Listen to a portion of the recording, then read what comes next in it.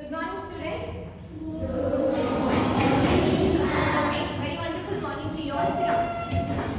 Okay. In previous class, we have learned about the types of computer, and in this class, we are going to learn about the computer languages. Before going to learn about the computer languages, let me ask one question to you. That is, what is language? What is the use of language? Yes. Communicate. Yes, communication. Yes, for the purpose of the communication, we need a language. Yes. Yes, it is a communication medium through which we communicate with the people. For that sake, we need a computer. We need a language to communicate with the people, to give the instructions, and to talk to them, to have a good communication, good bonding between them. We need a language. And even in the same way, for this, even for communicating with the computer also we need a language. How? We need a communication with the people, we need a language. In the same way, to communicate with the people, with the computer also we need a language. That language we call it as computer language, in which the computer will understand. We have to give the instructions to the computer in which it understands. Everyone stand up. Gautami, stand up. Raise your hand. Turn your hand. Sit. Gautami, move up. First, can you understand this language now? What I speak? No. Before I have given the instruction to stand and to sit. That you understood. Because you know that language, that you understood, so you have done that task. The instruction I have given to you. And later I have changed my language. I have spoke you with your Konkani language. But you don't understand it. So you didn't perform that task. So we have to give the instruction to the computer in which it understands. It couldn't understand the language which we speak. If we tell in front of the computer, hey bro, on yourself, no, it doesn't understand it. For that, we have to do the instruction in which it understands. That we call it as computer language. And as we are surrounded by nowadays, we are surrounded by the computers. Not only it is the desktop as well as the laptop. For instance, it is your mobile phone, the smartwatch, the digital board, and the television, the smart television, refrigerators, and smart dishwashers. They are all what here? They are the types of microcomputers that we have learned. These are the types of microcomputers, and these have become our integral part of our life. Why these have become an integral part of our life? Integral. That means day to day we are using those systems. In day to day, whenever we are doing our work, we are going through these computers to make our work very easy. Why it has become integral part of our life? Why it is important for us? Because it performs millions of instructions. It will execute millions and billions of calculations can be done within a fraction of the second. If I tell you to perform some sums, the 10 sums, how many times?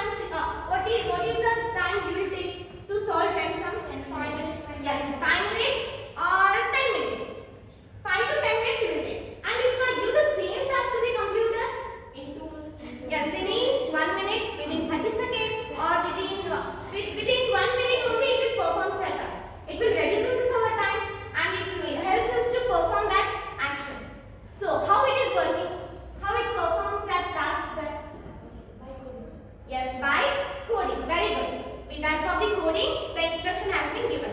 What do you mean by coding here? Coding. Yes. Writing a program in machine language or computer language. Yes, very good. Writing a program in computer language or the machine language, that we call it as coding. As we know that the computer works on the IPO cycle with a principle called IPO cycle, that is input, process, output. It takes the input, it processes it, and it gives us an output. And the input is given by us, and the output will be obtained with the help of this computer. And what the actual task has been meant in a processor. The processor will do all the kinds of tasks here, and it will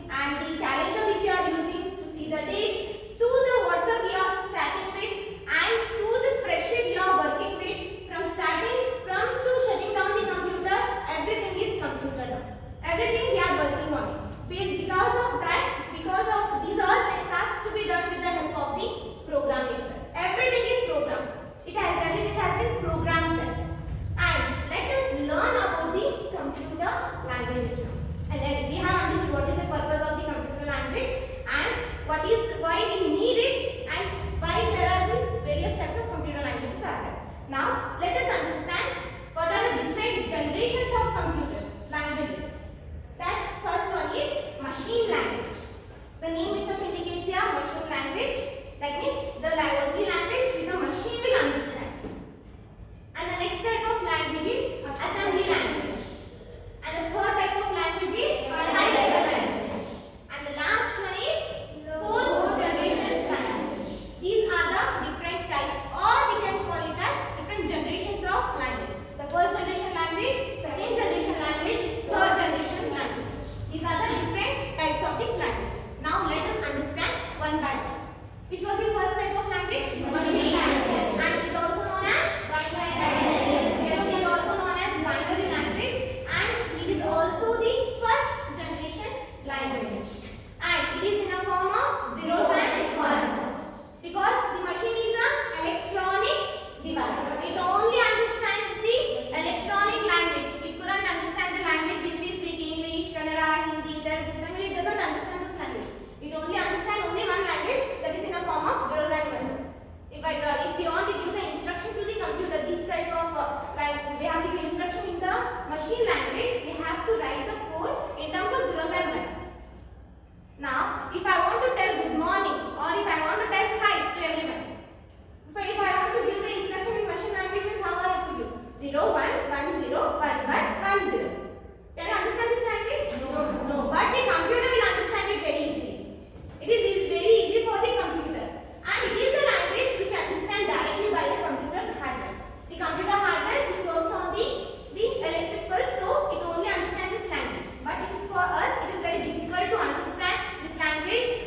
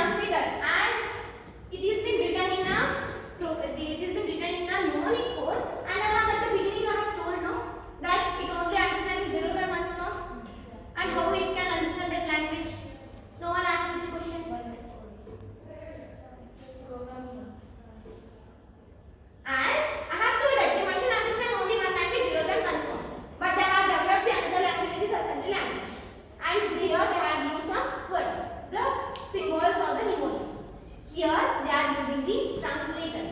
A translator program has been used in a assembly language.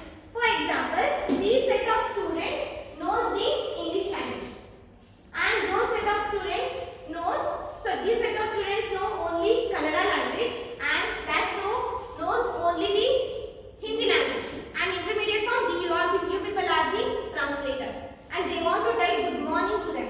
What they will tell? They will tell Shubhodaya. They will tell, or else they will talk it in Kannada. And what you people will do? You will take that input, you will translate it, and you will pass that message to them. That is translation. Converting from one language to the another language. That is translator. Here also the translator has been used. Here which translator? What is the name of the translator? Assembler. Here the name of the language is assembly language. Which translator we are using here? Assembler. Assembler is a program which helps us to translation purpose. An advantage. Even for the binary language we had advantage, and here also we are having an advantage. That is easier than the machine language. Yes, it is much better than the binary language to understand for the humans. Disadvantage. Still requires knowledge of the hardware, machine dependent, and knowledge of the hardware, and it is machine dependent and time consuming. Why it is called as the time consuming here? Because it takes time to translate. Yes. Here the translator program has been used to translate from one language to the another language. That is from the binary to the human language, or the assembly language to the binary language. It takes some time to translate. Yes. For that sake, the execution time will be more. And it is machine dependent. This as well as binary language, both are machine dependent. The code written in one language cannot be run on the other type of computer. The code written in one type of computer couldn't be run on the other type of computer. This is machine dependent. Depend on that particular machine itself. So we call it as machine dependent. Even this assembly language, binary language comes under the low level language. And even it also requires some knowledge to understand what are the mnemonic code. We have to remember all kinds of codes. What the mnemonic code will be, the symbols, we have to remember it. So they have evolved. Also they have developed the another language that we call it as high level language. In high level language, the restriction in usage of the machine and the assembly language prompted people to develop a language which should be simple, user friendly, and machine independent. With this definition only we get to know what is high level language. The restriction, what was the restriction in the machine language? That it is humans, it is difficult for understanding, and it is machine dependent. And the restriction in the usage of the machine and the assembly language prompted the people to develop the language, which should be simple. Here it was very complicated to understand that language. Here it is very easy to understand, and it is very user friendly. We can understand this code very easily because it is been written in a English language. English words, the keyword has been used and direct operator has been used. Instead of using your add in the high level language, we just use operator. With the help of the plus symbol only we get to know, yes, what operator has been used and what is the work, the function of that operator. This is very simple language, that it is in our language, we will understand it very easily. User friendly, that is, we will understand it very easily. And machine independent. The code written in one type of computer can be executed, run on the other type of computer also. It is machine independent, it is not dependent on the particular machine, it is machine independent. This is about the high level language. Some of the advantages. These are simple and adapt due to their English-like structure of the statement. As I have told, it is simple to learn. Why? Because it uses the English-like statements, English-like structures as well as the statements. And they are easy to maintain and debug. Easy to write the code also, easy to debug, easy to correct our errors also. So these both are the advantages of the machine language. So these are the advantages of the high level language. Next, even it is also having some disadvantages. That is, the program written in a high level language are less efficient as they take more execution time. Why it takes more execution time?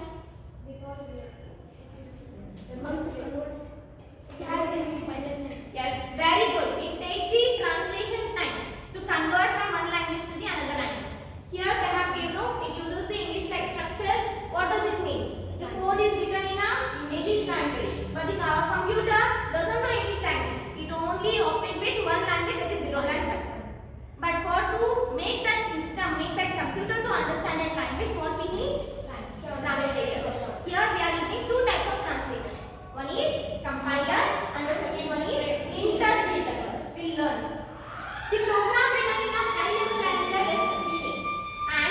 compiler also consumes some memory as it required for the translation process. What it will do, whatever the code written, the code written, that is source code, whatever we written, that will store. After it will convert. For conversion period, it will store some data, no? That it will take memory to store the data also, and the conversion time will be more here. Converting from the high level language to the machine language to the high level language. It takes some time for the execution process, and it also requires some memory. It consumes some memory to store this data. That is high level language. About the high level language, as we have told that an example for the high level languages are C++, C, Java, Python. These are the examples for the high level language. Here the code written in a simple English language. It is very easy for us to understand that language.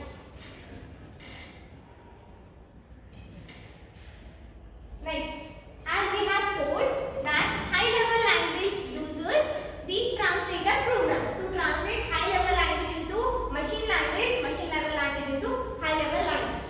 For that we need a translator program. In assembler, in a assembly level language, what kind of translator we are using? Assembler. Yes, assembler we are using in a assembly level language. But here we are using compiler as well as the interpreter. The code what we draw it here, we call it as source code, and the converted form we call it as the object. Remember it in terms of SO. So source will be written by us, and it will be converted as object. So don't get confused with these two, source and the object. The source will be written by us and object will be negated, but will be translated. And learning about the compiler. Compiler, it translates the whole program at once. Whatever the program written, it helps us for the conversion. As you all know that it will convert from one language to the another. That is, for example, that is the task of the compiler. It is a translator. It generates the object code for the program along with the list of errors at one go. For example, in your book you have written a code, 1000 line code you have written, it says. This will be converted. Whole set of code will be converted here. This whole set of converted into the object code. The source code will be converted into object. The whole set. It doesn't check. Everything will be in one go. Everything will be converted with the list of errors. After converting, while converting, it gives the list of errors. What errors will be there? You have to debug it. You have to rectify those errors. And execution is very fast, like C and C++. Next, interpreter. It reads the source code line by line. But what happens in the interpreter? It is also helpful for the translation process itself. But what it does? It executes line by line. The first line will be executed and it will be sent. The second line will be executed, again it will be sent. And it is faster to start, easier to for debugging.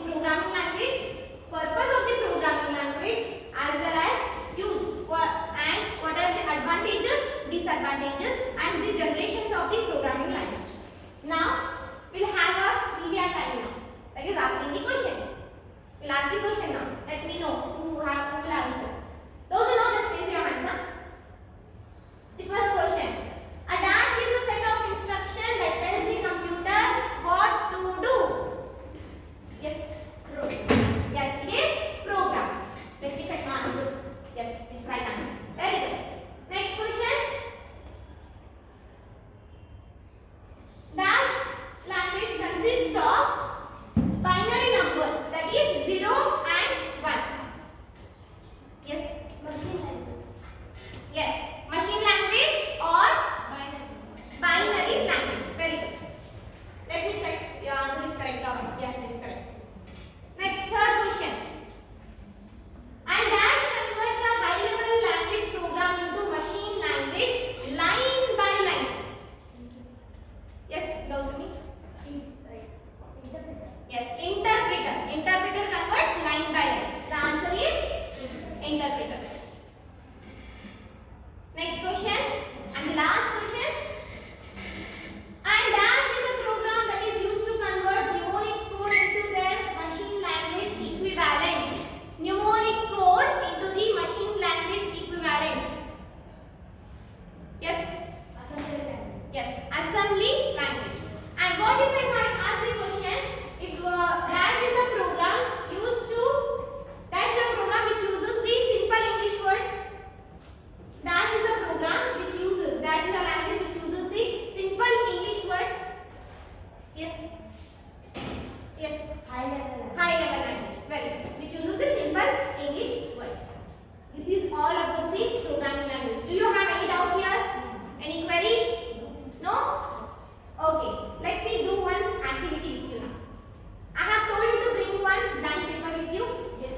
Before open it and make a circle. Make that inside blank paper. Make 3 partitions. I told you to bring one blank paper. Make 3 partitions in that. 1, 2, and 3 partitions. And which all languages we have learned today? Machine Machine language, assembly language, high level language. Yes, one is machine language.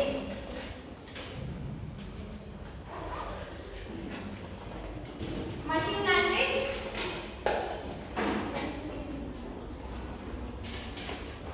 Assembly language and high level language. Put one circle for that. After that, we'll give the some of the features. With this activity, we'll learn the differences as well as features of it. What is in the machine language? What kind of instruction? What kind of language? What kind of digits we are using? Zeros and ones. That we call it as binary. Binary digits. That is 0 and 1. And in assembly language, mnemonic codes. yes, here we are using mnemonic.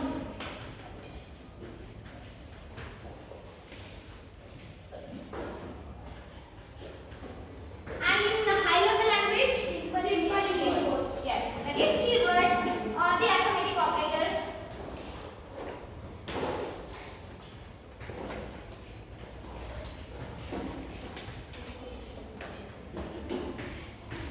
Arithmetic operators.